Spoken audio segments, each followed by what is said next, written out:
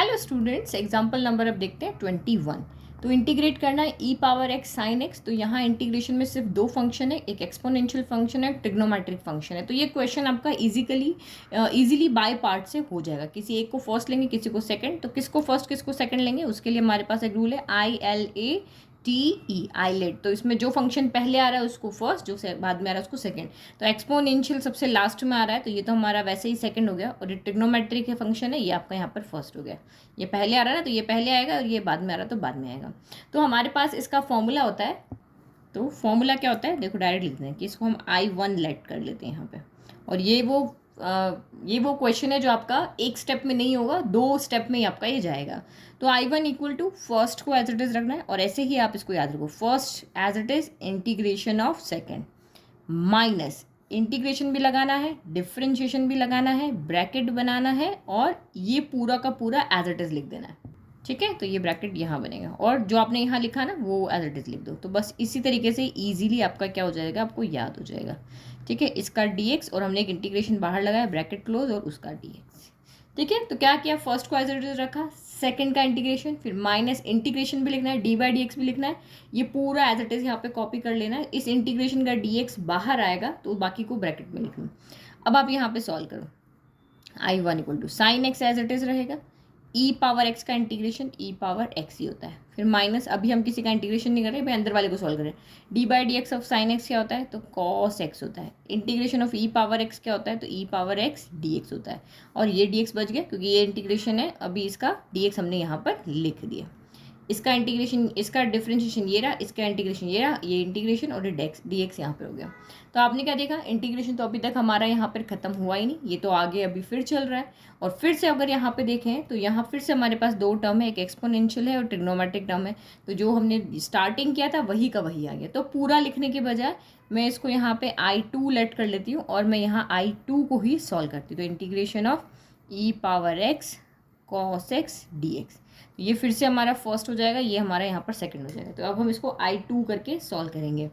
तो ये आपका यहाँ पर हो गया I2 इक्वल टू, फर्स्ट को एज इट इज़ रखो, integration of second dx minus integration d/dx, फिर जो था वो एज इट इज़ लिख लो, cos x integration of e power x dx, जो हमने स्टार्टिंग में लिखा वो एज इट इज़ रख दिया।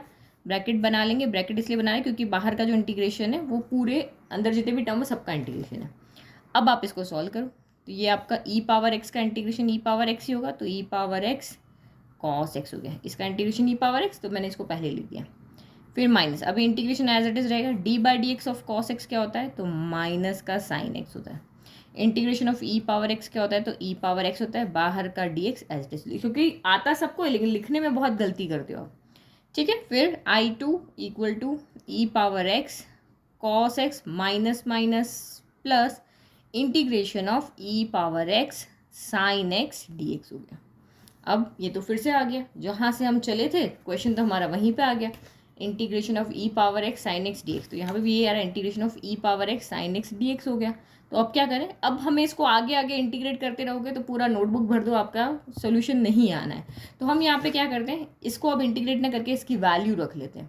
तो ये क्या वैल्यू हो गई आपकी, I1 integration of e power x sine x dx की वैल्यू कितनी है, I1 है, तो हम यहाँ पे इसको I1 लिख लेते हैं। तो ये आपका यहाँ पर हो गया I2 equal to e power x cos x plus I1 हो गया। और अब ये वाली वैल्यू उठा करके यहाँ पे रखेंगे।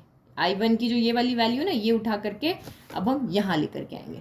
ओके, तो ये वैल्यू को उठा करके हम यहाँ रख दें, क्योंकि हमने इसका इंटीग्रेशन शुरू किया था और इसकी वैल्यू आपकी क्या आ रही है, ये आ रही है। तो इसको हम कर देते हैं फ्रॉम फर्स्ट से। ठीक है, तो फ्रॉम फर्स्ट से आप देखोगे I1 equal to sine x e power x minus minus है, और इसकी वैल्यू कितनी है, तो ये वाली है, ई पावर एक्स कॉस एक्स। अब ये दोनों प्लस में है, दोनों के साइन माइनस हो जाएंगे क्योंकि बाहर का माइनस दोनों को नेगेटिव कर देगा। ये भी माइनस हो जाएगा और ये भी यहाँ पर माइनस हो जाएगा। बस अब हमारा इंटीग्रेशन का साइन यहाँ पे हट गया है। तो हम जब हमने यहाँ पे इंटीग्रेट किया तो इसी के साथ में हम यहाँ पे प्लस सी कर देते हैं, ये आपका प्लस सी कर दें क्योंकि इसमें सी लगाना कंपलसरी। अब I1 को उधर भेज देते हैं, तो माइनस का I1 उधर जाके क्या होगा, प्लस का हो जाएगा, एक पहले से है तो I1 plus I1 2I1 equal to, यहाँ से हम ई पावर एक्स कॉमन ले लेते हैं, यहाँ भी है यहाँ भी है, तो अंदर क्या बचेगा यहाँ पे sine x minus cos x bracket close plus c. अब यहाँ से हमारा इंटीग्रेशन I1 हम लेके चले थे स्टार्टिंग में, तो 2 इधर आ जाएगा।